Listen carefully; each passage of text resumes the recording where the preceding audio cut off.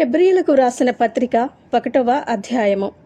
పూర్వకాలమందు నానా సమయములలోనూ నానా విధములుగాను ప్రవక్తల ద్వారా మన పితరులతో మాటలాడిన దేవుడు ఈ దినముల అంతమందు కుమారుని ద్వారా మనతో మాటలాడెను. ఆయన ఆ కుమారుని సమస్తమునకును వారసునిగా నియమించెను. ఆయన ద్వారా ప్రపంచములను నిర్మించెను.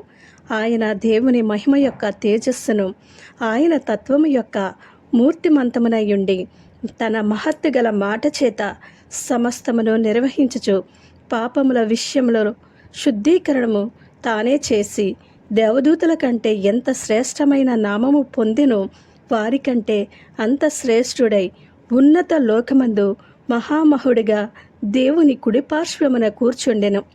ఎలయనగా నీవు నా కుమారుడవు, నేను నేడు నిన్ను కనియున్నాను అనియు, ఇదియుగాక నేను ఆయనకు తండ్రినయ్యుండును, ఆయన నాకు కుమారుడయ్యుండును అనియు ఆ దూతలలో ఎవనితోనైనా ఎప్పుడైనను చెప్పిన. మరియు ఆయన భూలోకమునకు ఆది సంభూతిని మరలా రప్పించినప్పుడు దేవుని దూతలందరూ ఆయనకు నమస్కారము చేయవలనని చెప్పుచున్నాడు. తన దూతలను వాయువులుగాను తన సేవకులను అగ్ని జ్వాలలుగాను చేసుకునివాడు అని తన దూతలను గూర్చి చెప్పుచున్నాడు. కానీ తన కుమారుని గూర్చి అయితే, దేవా, నీ సింహాసనము నిరంతరము నిలుచుచున్నది, నీ రాజదండము న్యాయార్థమైనది, నీవు నీతిని ప్రేమించితివి, దుర్నీతిని ద్వేషించితివి. అందుచేత దేవుడు నీ తోటి వారి కంటే నిన్ను హెచ్చించినట్లుగా ఆనంద తైలముతో అభిషేకించెను. మరియు ప్రభువా, నీవు ఆదియందు భూమికి పునాది వేసితివి, ఆకాశములు కూడా నీ చేతి పనులే. అవి నశించును, కానీ నీవు నిలిచియుందువు.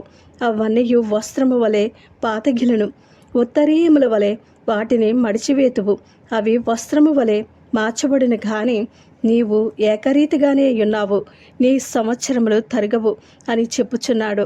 అయితే నేను నీ శత్రువులను నీ పాదములకు పాదపీఠముగా చేయు వరకు నా కుడి పార్శ్వమున కూర్చుండుము అని దూతలలో ఎవనిని గూర్చి అయినా ఎప్పుడైనను చెప్పిన. వీరందరూ రక్షణయను స్వాస్యము పొందబోవు వారికి పరిచారము చేయుటకై పంపబడిన సేవకులైన ఆత్మలు కారా. ఆమెన్.